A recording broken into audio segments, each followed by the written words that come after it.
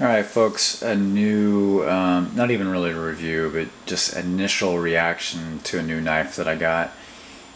Yes, I drank the Kool-Aid trying an Emerson knife out for the first time. In the past, I've been reluctant to get one of these knives because I have played with them in the stores, and I always felt they were too heavy, clunky, and overpriced for what they were. Now I know a little bit more, about knives, I think, and I've done a lot more reading, and it just kept coming up that these were always referred to as really good heavy-duty knives. They have a huge following. I'm sure you've seen other videos out there about them, so I just, all right, I'll try them out. Just everyone raves about them. I was curious about the different grinds, the chisel grind they're basically using on these.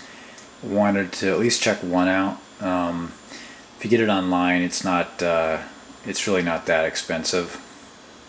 So what I got was the Emerson CQC-7BW.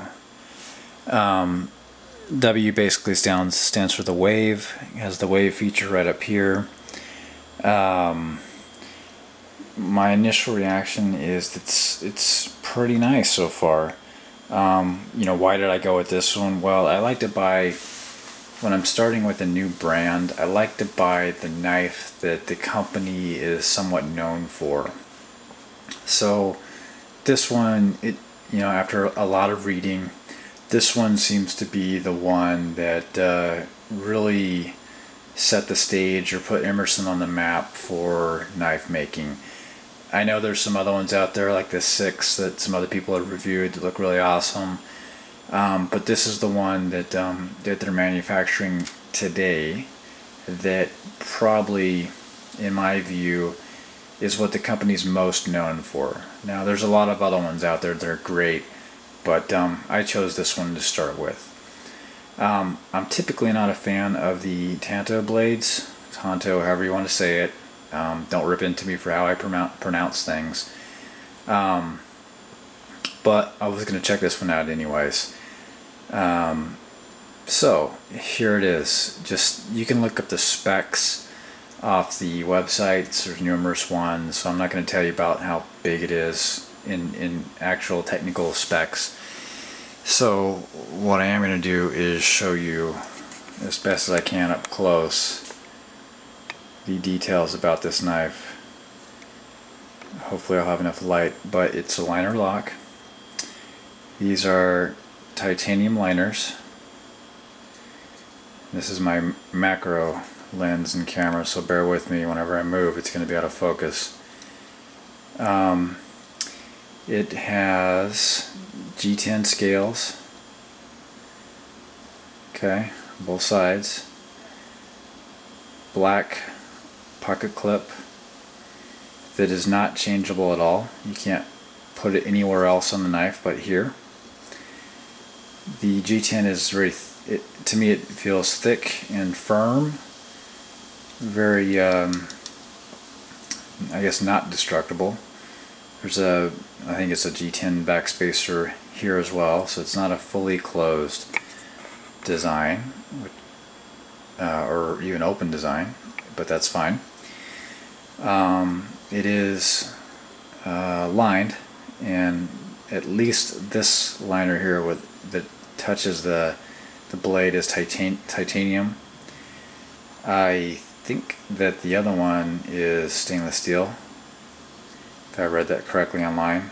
Often there's somewhat misinformation out there, but I understand this one to be stainless steel and this one titanium.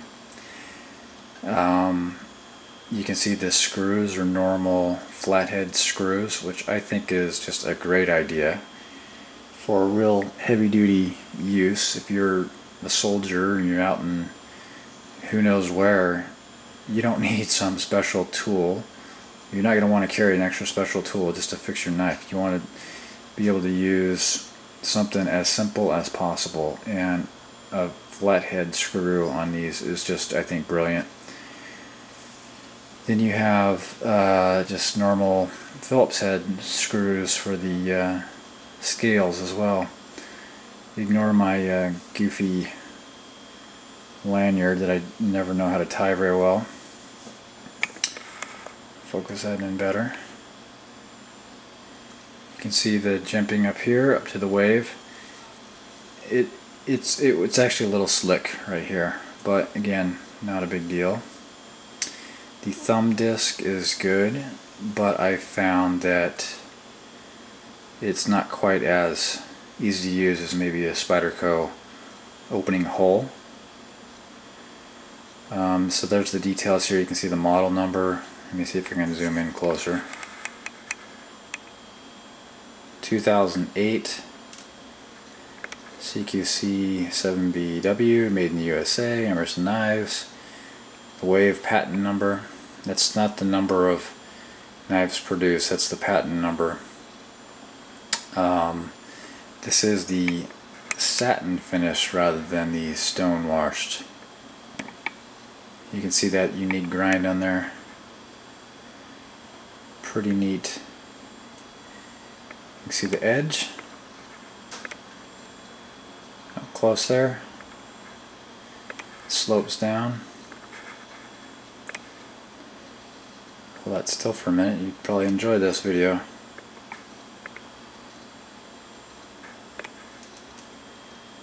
Okay, so you flip it over.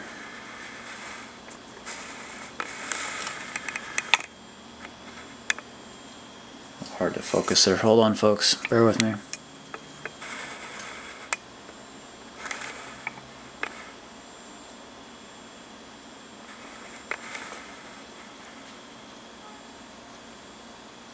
So it's just basically flat on this side. Pretty cool.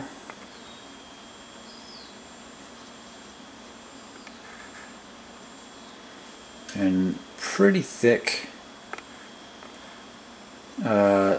top of the knife. Okay. Not a long blade, it's less than 4 inches. It's probably about 3 1/4, 3 1/2 all in.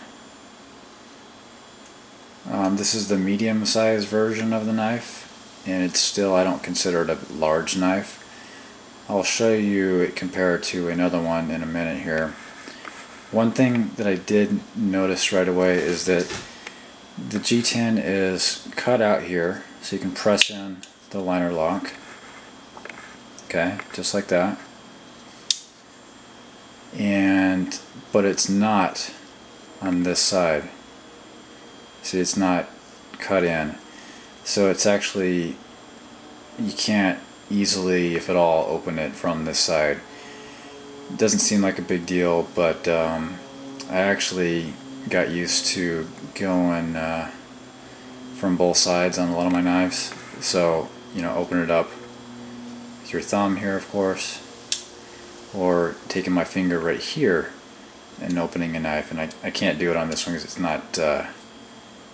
not cut in. So I think it would have been nice if they cut it in here, but not really a big deal. I've played with the Wave feature. I really wanted to check that out. This is the first Wave knife that I have, and it is pretty cool. I think it has a low profile. It doesn't really get in the way, and it works right away. So that's fun. Okay. I would say that the knife needs a lot of break-in.